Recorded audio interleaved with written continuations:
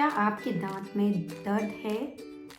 क्या आपके दांत में ठंडा और गर्म से झंझनाहट होती है या कुछ चबाने पर बहुत तेज दर्द उठता है?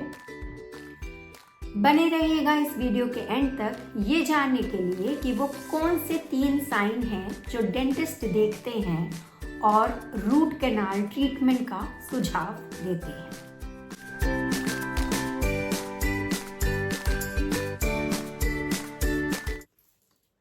Hello everyone, welcome back to our channel Maximus Dental and I am Dr. Nidhi.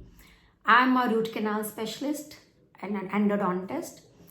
और अक्सर पेशेंट जब आते हैं रूट कैनाल ट्रीटमेंट के लिए तो हम उनका एक एक्सरे लेते हैं, देखते हैं कि उनके दांत का जो कीड़ा है या सड़न है वो कहाँ तक पहुँच गई है।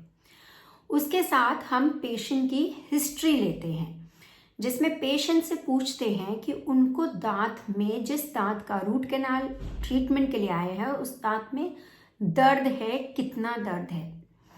तो अगर वो दांत में दर्द है और कुछ खाने के बाद दर्द होता है और वो दर्द बना ही रहता है, मतलब खाने के बाद भी दर्द होता ही रहता है और उनको कई बार एक पेन किलर, दर्द रोकने की दवाई खानी पड़ती है, तो ये एक फर्स्ट साइन हो सकता है जिसमें हम पेशेंट को रूट कैनाल सजेस्ट करते हैं।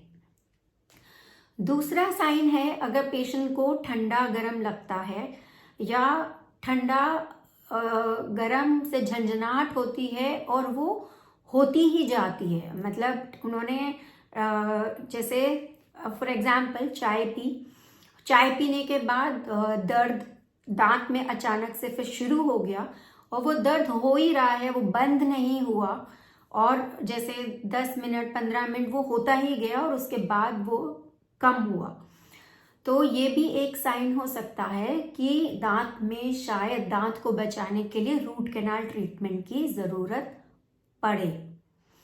और तीसरा साइन है लाइंग डाउन पोजीशन, मतलब जनरली देखा जाता है जब पेशेंट नींद में होता है या अचानक से उसको रात को दांत में दर्द हुआ या उसको पेन किलर लेनी पड़ी, तो ये भी एक साइन है कि शायद दांत में रूट कैनाल की ज़रूरत हो।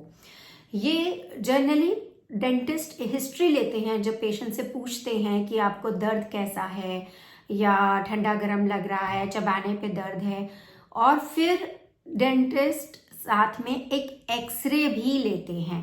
तो ये रेडियोलॉजिकल फाइंडिंग, मतलब एक्सरे की फाइंडिंग, और क्लिनिकल फाइंडिंग जिसमें हम एग्जामिन करते हैं दांत में कि कितना बड़ा कैविटी है या कैविटी दांत के ऊपर है या साइड में है, और तीसरा पेशेंट की हिस्ट्री।